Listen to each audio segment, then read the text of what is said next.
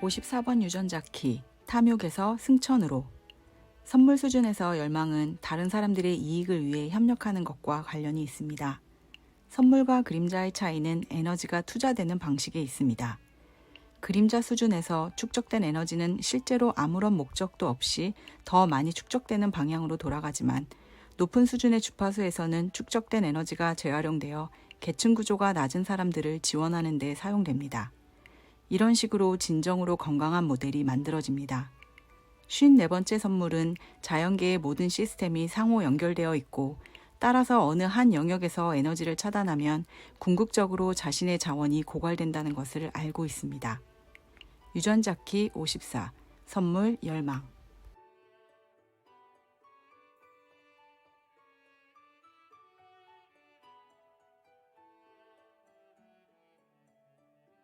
안녕하세요. 오늘은 유전자 키 54번 3번 라인의 날입니다.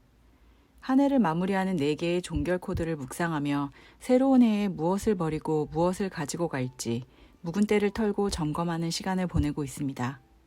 지난 한 주 38번 유전자 키는 말하고 있었습니다.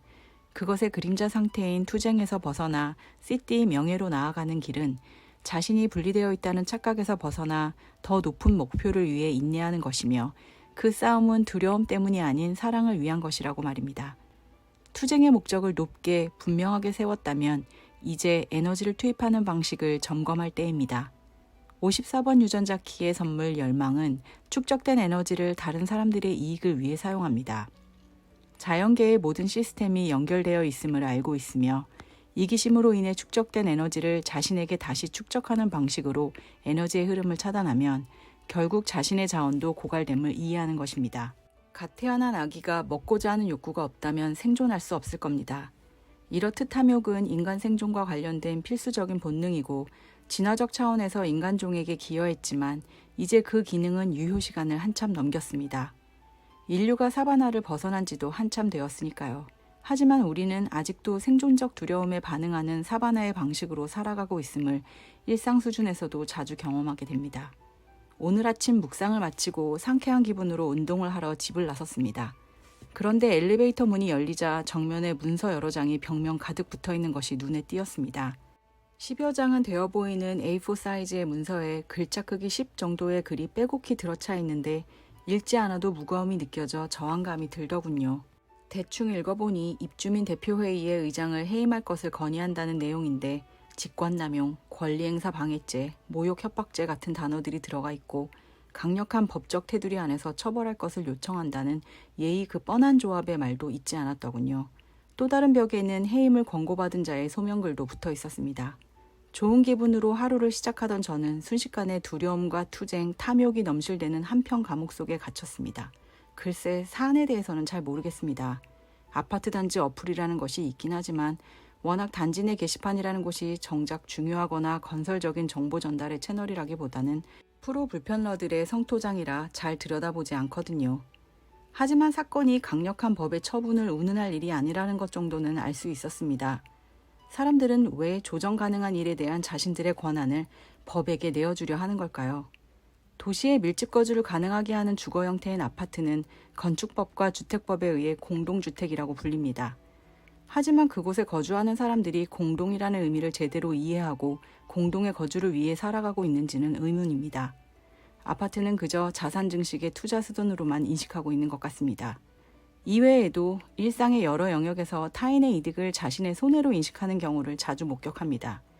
그저 그 사람이 잘된 일인데 그것은 곧 나의 불행이 되어버립니다. 참 이상한 계산법입니다.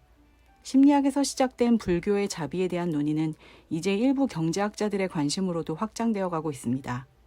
이타심을 경제적 자원으로 해석하려는 시도지요. 사실 사회의 복지 시스템이라는 것도 어떤 면에서는 이타주의적 노력의 결과라고 할 수 있을 겁니다. 그리고 이들은 기부와 같은 이타주의적 행위의 경제적 효과를 수치로 보여주기도 합니다. 저는 이타심의 경제학에서 무엇보다 중요한 자원은 이타적 공동체에 대한 신뢰라고 생각합니다. 다른 사람이 이타적으로 행동할 것이라는 믿음이 있을 때 우리는 더 이타적으로 행동한다. 경제학자 에른스트 페르의 말입니다. 흔히들 돈은 돌고 돌아 돈이라고 합니다. 높은 차원의 목적을 위하여 그것의 에너지가 쓰이고 쌓이고 재활용되고 순환하여 내가 아닌 우리를 위해 제로섬이 아닌 윈윈이 되는 전략. 그것이 54번 유전자 키의 선물 열망이 아닐까요? 개체로서의 나는 인간, 그저 휴먼일 뿐이지만 종족으로서의 우리는 인류, 휴먼카인드입니다. 인간이 아닌 종, 다른 존재들에게 우리 종은 아마도 휴먼카인드라 불리겠지요.